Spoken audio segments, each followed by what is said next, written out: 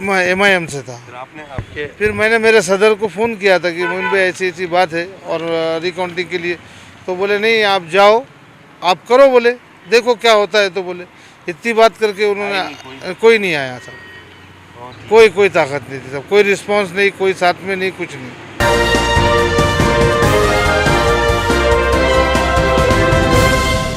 अस्सलाम वालेकुम, नमस्कार, जय भीम। माझा महाराष्ट्र न्यूज़ लाइव में आप सभी का स्वागत है मेरे दोस्तों। आज नांदेड़ शहर के महानगर पालिका के सामने आए हुए यहाँ पर प्रभाग क्रमांक 5 भाग्यनगर के लोग जो हैं उम्मीदवार यहाँ पर बैठे हैं, जिनकी मांगनी है कि प्रभाग क्रमांक 5 भाग्यनगर में जो ओ के अंदर जिस तरीके से मत मोजनी हुई, वो मत मोजनी फिर से रिकाउंटिंग की मांग को लेकर आज महानगर पालिका के सामने बैठे हैं। तो जिस तरीके से नांदेड़ शहर में एक हाथी सत्ता, गुंडों का राज और यहाँ पर एक हुक्मशाही चल रही थी, उसके खिलाफ में कई लोगों ने आवाज़ उठाए। मगर यहाँ पर हमेशा देखने में आता है कि महानगर पालिका के कुछ कर्मचारी, आयुक्त ये किसी के नेता के दबाव में काम करते हैं और हुक्मशाही करते हैं, और यही भी हिटलर है और ये भी किसी एक आका का सुन के यहाँ पर नांदेड़ में काम करते। उसके विरोध में पहली बार ऐसा देखने में आया कि महानगर पालिका के जो इलेक्शन हुए परसों 15 तारीख को 16 तारीख को उसका मत मोजनी हुई। 16 तारीख के मत मोजनी में किस तरीके से धांधली हुई और रिकाउंटिंग की मांग को लेकर बैठे, रिकाउंटिंग नहीं हुई। और उनसे जानते हैं हम ये उम्मीदवार है, इनकी क्या मांग थी और किस तरीके से इनके साथ में ये जुल्म हुआ, और इसके लिए इन्होंने आज यहाँ बैठे हैं सामने धरने आंदोलन के लिए बैठे हैं। मैं इमरान बशर प्रभाग क्रमांक 5 का उम्मीदवार हूँ, ओ का, और मैं रिकाउंटिंग की मांगनी के लिए यहाँ पे बैठा हूँ। जो मेरे साथ नाइंसाफ़ी हुई है, और जिस दिन काउंटिंग थी उस दिन जो है मैं वहाँ पे था मौजूद। वहाँ पे सारे जो बेईमानी चल रही थी, वहाँ के जो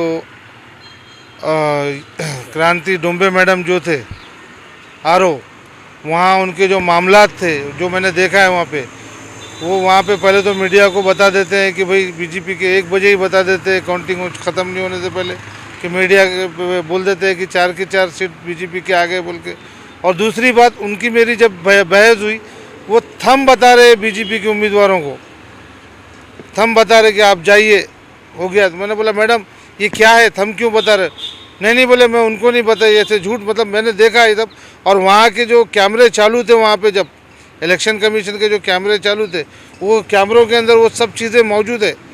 फिर उसके बाद मैं बोलता हूँ कि भाई ठीक है चलो, उसके बाद काउंटिंग होती है, फिर बाद में इन्होंने रिज़ल्ट पूरा डिक्लेयर कर रहे नहीं जल्दी सरकार, तो और इन्होंने ऑलरेडी बता दिया, उन्होंने जश्न की तैयारी भी कर ली है बीजेपी वालों ने। फिर 3:30 बजे मैं जाके बोल रहा हूँ कि मैडम मुझे रिकाउंटिंग कराना है, तो नहीं अभी रुको, अभी हमने कैलकुलेशन नहीं किया, अभी डिक्लेरेशन नहीं दिए। ऐसा मेरे को इन्होंने 1.5 घंटा टाइम पास करे, और 1.5 घंटे के बाद में ये बोलते कि नहीं अब कुछ नहीं हो सकता, अब रिकाउंटिंग नहीं हो सकती, टाइम ख़त्म हो चुका है। मैंने बोला मैडम आपने सर्टिफिकेट दिए नहीं ना उम्मीदवारों को अभी तक? नहीं मैंने दे दी बोले उनको, बोले। और जैसे ये बात करें, मैंने बोला नहीं आपने दिए नहीं, मैं यहीं मौजूद हूँ अभी, सब यहाँ जब से खड़े वाला हूँ, आपने दिए नहीं।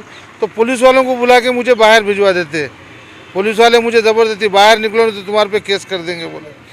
फिर उसके बाद उन्होंने तुरंत जो है उनका एक अधिकारी को उन्होंने बोलते हैं कि भाई उनको फ़ोन करके बुला, उन्होंने कनक डंडे को फ़ोन करते, और कनक डंडे वो तीनों उम्मीदवार को फ़ोन करके बुलाता है, और हमारे आँखों के सामने सर्टिफिकेट दिया जाता है उनको।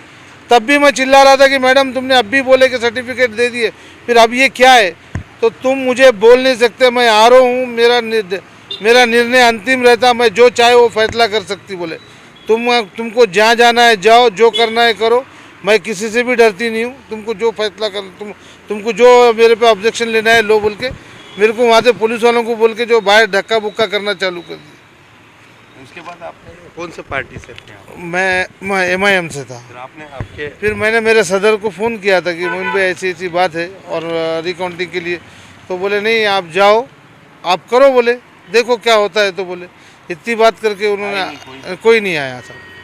और जिस तरीके से आज आप बैठे, तो अभी मैं कल सुबह में भी जब कलेक्टर साहब से मिलने जाना था, हमारे दोस्त सलमान पठान साहब है, जो ये कल से मुझे पूरे एक उम्मीदवार के भाई है, राष्ट्रवादी के उम्मीदवार के भाई है, ये मुझे कल सुबह से कोऑपरेट कर रहे हैं, ये भी और उम्मीदवार समीर पठान साहब भी, दोनों भी कोऑपरेट कर रहे हैं। मगर मेरे पक्ष के लोग मुझे सपोर्ट नहीं कर रहे। मैं कल सुबह में भी सैयद मोइन साहब को फ़ोन किया कि सदर साहब मैं ऐसा ऐसा कलेक्टर साहब के पास जा रहा हूँ, ये करना है। तो वो बोलते हैं कि भाई ठीक है आप जाओ, अब तो कुछ होने वाला करने वाला नहीं है, जब ही करना था तुम। इतनी बात करके उन्होंने बात ख़त्म कर दी। उस टाइम में पार्टी के हालात कोई ना कोई तो भी आपका फ़ोन उठ नहीं, आते थे। नहीं पार्टी नहीं, की ताकत आपके साथ थी। कोई ताकत नहीं थी साहब, कोई रिस्पांस नहीं, कोई साथ में नहीं, कुछ नहीं। यानी कि ये आपके साथ जुल्म हुआ साहब, बिल्कुल जुल्म हुआ मेरे साथ, और मेरे साथ अन्याय हुआ। मुझे इंसाफ के लिए बैठा हूँ। आज मैं जो लड़ रहा हूँ, जो क्या फ़र्क था मोहम्मद, कितने का था फ़र्क, क्या था? 400 का फ़र्क था साहब, जी। जबकि मैं 6 राउंड में प्लस था। 773 वोट से प्लस चल रहा था मैं हाँ। 6ठे राउंड में। और जब अचानक ही इन्होंने मेरे को एकदम से पीछा कर दिए और उसको 400 प्लस कर दिए उसको। अब आप धरने पे बैठे, अब तो कोई आया है एमआईएम का? नहीं, कोई नहीं आया साहब। अभी भी मालूम है उनको या सब नहीं? सब पूरा मैसेज मिल चुका है उनको। मेरे महल्ले के वोटर्स ने उनको फ़ोन लगाया कि भाई आपका उम्मीदवार है, हमने आपको इतना सारे वोट डाले, आप आइए, आप मदद करिए। कितने उम्मीदवार थे एमआईएम? 4 उम्मीदवार थे पूरा हम, पैनल था? पूरा पैनल था। तो वो सब साथ में है लोग? हाँ, मेरे साथ एक अब्दुल बासित साहब और शेख मुर्तज़ा साहब साथ में है। ये सारे चीज़ें मुझे समझ में नहीं आ रहे। मैं खुद कश्मोकश में हूँ ये मामले को लेकर कि क्यों नहीं आ रहे। मैं जबकि बार बार फ़ोन लगा रहा हूँ, मेरे महल्ले के वोटर्स फ़ोन लगा रहे कि भाई हमने इतने सारे एमआईएम को वोट डाले, हमने तुम्हारे चारों उम्मीदवार को रेस में रखा, सेकंड पे रहे तुम्हारे उम्मीदवार, उसके बावजूद तो आप आना चाहिए। तो मेरे वोटर्स को कुछ अजीब सवाल जवाब दिया गया वहाँ पे। अभी अब मांग क्या है? बस रिकाउंटिंग होना मेरी यही मांग है और मेरे साथ इंसाफ होना।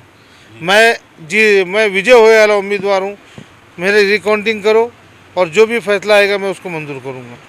कब तक बैठेंगे? मैं बेमुद्दत बैठूँगा साहब, मेरा कोई ये नहीं। उन लोगों से, प्रशासन से ईवीएम में हुआ या गिनती में हुआ, क्या मसला हुआ? सबसे पहले तो मैं ये बात कहना चाहूँगा, जहाँ पे मुस्लिम मेजॉरिटी एरिया है, जहाँ 9,500 वोटर्स की काउंटिंग की जाती है, अगर सब मुस्लिम मेजॉरिटी एरिया में 9,500 वोटर वन साइड चले तो सारा कोई भी पार्टी का पैनल हो वो one side clean chit win हो सकता था। बट जिस दिन कितनी थी? 9,270 टोटल ये मुस्लिम वोटर लिस्ट के नाम है। टोटल जो है 22,430 है, 9,000। उसमें 9,000, यानी कि वो 9,000 चाहे तो वन साइड वोटिंग सीट कोई भी निकाल सकते, पूरा पैनल निकाल सकते हैं। लेकिन सबसे पहला तो प्रॉब्लम यहाँ पे हुआ जिस दिन नॉमिनेशन का आखिरी दिन था, 3:16 को हमारे मोहल्लों के एक पार्टी के कैंडिडेट को टिकट दिया गया और वहाँ से मुस्लिम मेजॉरिटी को जो डिवाइड एंड रूल की पॉलिसी है वो पॉलिसी को इम्प्लीमेंट करके एक पार्टी ने वहाँ पर सब कैंडिडेट को फोड़ा, उनके वोट को डिवाइड किया और वहाँ से राजनीति शुरू हो गई। पहले तो ये वार्ड जो इलीगल तरीके से एक्सटेंड किया गया, जो कि परसेंटेज रेशो है वो 6% का रेशो होता है, वो परसेंट से 3 गुना ज़्यादा वार्ड को एक्सटेंड किया गया। उस पर लीगल पिटिशन ऑब्जेक्शन लेने का टाइम तक नहीं मिला, इतना फास्ट इलेक्शन की डेट डिक्लेयर की गई। पहली चीज़ तो ये। दूसरा, नॉमिनेशन कैंडिडेट को 4-5 मुस्लिम 5 कैंडिडेट को टिकट दिया गया मुस्लिम वोट डिवाइड करने के लिए। वहाँ से फिर भी अब जो भी, मैं छोटा भाई हूँ अपने राष्ट्रवादी कांग्रेस पार्टी एडवोकेट ज़मीर पठान माली पटेल जो इलेक्शन लड़े थे उनका छोटा भाई हूँ। इवन हमारा पैनल हार गया क्योंकि डिवाइड एंड रूल की पॉलिसी उन्होंने सक्सेसफुली इम्प्लीमेंट करी। लेकिन ये हमारे कैंडिडेट जिनको इतने मेजॉरिटी से वोट मिले, इवन उनकी ये काउंटिंग की मेरे पास रिपोर्ट है, मैं काउंटिंग में अंदर था। में हुआ भाग क्या था वो में था? ये प्रभाग क्रमांक 5 जो है अ का कैंडिडेट, ये अ के कैंडिडेट है। ये पहली काउंटिंग की लिस्ट है इनकी, जो कि वाइट मशीन की, ये पहली काउंटिंग की लिस्ट है। ये आप 8 कैंडिडेट में पहली फेरी हुई थी, ये दूसरी की, ये तीसरी फेरी की लिस्ट है, ये चौथी। ऐसे जितने राउंड्स हुए 7 राउंड, सातों का मेरे पास ये पूरा प्रूफ है। ये प्रूफ के ये जो आंकड़ेबारी है, हमने 7 बजे से, हमको ये मिसकंसेप्शन था कि 7 बजे राउंड चालू होने वाला है और इस चीज़ में यहाँ पे मेंशन किया गया शार्प सकाळी 10 वाजता पासून मतमोजणी सुरू करण्यात आली। मैं इस ऑन कैमरा कहना चाहता हूँ, वहाँ पे CCTV कैमरे भी लगे थे। 10:46 तक वहाँ पे टपाल मतदान तक शुरू नहीं हुआ था। टपाल मतदान जो है उसकी काउंटिंग यहाँ पे दी गई, ये टपाल मतदान की है। 9 बजे का टाइम था, यहाँ पे उन्होंने टाइम 10 का दिए, लेकिन 10 बजे भी काउंटिंग शुरू नहीं हुई, वो 10 के बियॉन्ड काउंटिंग शुरू हुई है, वो भी टपाल। और जो मशीन की काउंटिंग थी उसके बाद चालू हुई। अब ये टपाल और मशीन का काउंटिंग की बात है। अब इसके अंदर इन्होंने ये कहा की यांनी मतमोजणीनंतर फॉर्म्स देण्यात आला यांचा बोल के, ये हमारे कैंडिडेट जो है इमरान बशर, इनका फॉर्म इन्होंने रिसीव्ड 6 बजे दी है इनकी। ये खुद उन्होंने अपने जो कि RO मैडम, क्रांति डोमे मैडम है, उन्होंने 6 बजे का टाइम इस पर डाला है। बट ये कैंडिडेट वहाँ पे 3 बजे से अपने रिकाउंटिंग का बात कर रहा था। मैं उस मैडम से भी एक बात करना चाहूँगा। In evidence with proof you can check your CCTV camera. आप वो देख सकते हैं कि कैंडिडेट 3 बजे से वहाँ पे एंट्री करने की कोशिश कर रहा था, बट उनको एंट्री नहीं दी गई। वहाँ के पुलिस प्रशासन ने इनके ऊपर बहुत सख्ती की और इनको आखिरी में ये कहा गया कि जाओ आपके कैंडिडेट को लेके आओ। इनके वाइफ कैंडिडेट है, जब ये गए बाहर अपने वाइफ को लेके आने के लिए, लेके भी आए उन्होंने 15 मिनट के अंदर, तब इनके ऊपर डंडे बरसाए गए, इनको मारा गया, इनको पीटा गया। ये इनजस्टिस है। ये डेमोक्रेसी के राज में ये हुक्मशाही कहाँ से आ गई?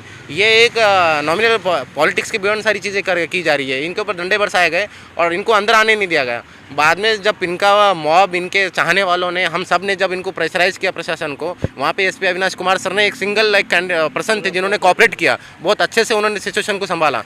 पर जब इनको अंदर एंट्री दी गई तो वहाँ पे रिसीव्ड 6 बजे के डाल के उनको बाहर हटा दिया गया कि टाइम खत्म हो गया। इवन वहाँ पे कैमरे के साथ हम एविडेंस में ऑन कैमरा बोलना चाहेंगे कि 3 बजे ये एंट्री कर चुके थे। और इनका जो रजिस्टर्ड फॉर्म है 412006, ये फॉर्म रिकाउंटिंग के लिए एक्सेप्ट फॉर्म इन्होंने डाला था वहाँ पे। ये फॉर्म अगर डालने के बावजूद भी 3 बजे फिर ये 6 बजे की रिसिप्ट किस बुनियाद पे दे रही है? और मैं एक बात कहना चाहूँगा, एथिक्स और मोरालिटी की एक बात होती है। हमने भी PSI क्लियर की, हम भी UPSC के कैंडिडेट है, IRS कैंडिडेट, मैं सुप्रीम कोर्ट में वकील हूँ। हम एक बात कहना चाहेंगे, एथिक्स और मोरालिटी इसमें बहुत मैटर करता है। जब काउंटिंग हो रही थी, हर पार्टी के कैंडिडेट के पसीने से भीग गए थे, इतना टेंशन और वहाँ पे, लेकिन BJP के कुछ ऐसे कैंडिडेट थे जो कि रिलैक्स थे। उन्होंने जब वो वहाँ के RO से बात की जा रही थी, ये एक मोरालिटी की बात कर रहा हूँ मैं, क्योंकि कानून तो एक अंधा कानून है, वो जो प्रूफ है, जो जस्टिस है, उसके ऊपर बात करता है। तो वहाँ पे जो कैंडिडेट मौजूद थे वो रिलैक्स थे, ना उनकी कोई कैंडिडेट काउंटिंग कर रहा था, ना कुछ कर रहा था। जब उनसे ये क्वेश्चन किया गया कि सब परेशान है, आप इतना क्यों रिलैक्स हैं, उनका ये जवाब था कि मेरी सीट तो पक्की है। ये एक एथिकल, ये मोरालिटिकल कॉन्फिडेंस इनके अंदर आता कहाँ से है? ये हमारा सबसे बड़ा सवाल है। और ये मेन चीज़ ये है कि बस हम ये जो डिमांड करते हैं कि एक बार हमारे कैंडिडेट की रिकाउंटिंग हो। इसके लिए पहला हमने एप्लीकेशन RO मैडम क्रांति डोंबे के पास दिया था। दूसरा स्टेप हम कमिश्नर के पास जाएंगे, एडिशनल डिप्टी कमिश्नर के पास हम गए, उनके पास एप्लीकेशन भी दिया, कलेक्टर सर के पास भी एप्लीकेशन दिए। अब थर्ड स्टेप जो है, हम कमिश्नर के पास जाएंगे। अगर वहाँ से रिस्पॉन्स नहीं मिला तो हम यहाँ पे एप्लीकेशन दे के, वजीराबाद पे हमने ऑलरेडी एप्लीकेशन दिया हुआ है, यहाँ पे बेमुदत धरना, भूख हड़ताल पे बैठेंगे और सुप्रीम कोर्ट में हो या हाई कोर्ट में हो, हम पिटीशन डाल के लीगल वे में इसको करेंगे। लेकिन हमारा कैंडिडेट हम जिताना है हमको। कॉलेज शिक्षणासोबतच करा नोकरीची तयारी। MSCIT ला प्रवेश घ्या आणि व्हा जॉब रेडी। MSCIT आंतरराष्ट्रीय दर्जा। ताज्या बातम्या पाहण्यासाठी माझा महाराष्ट्र लाईव्ह या आमच्या न्यूज चॅनलला सबस्क्राईब करा। व्हिडिओ आवडल्यास व्हिडिओला लाईक आणि शेअर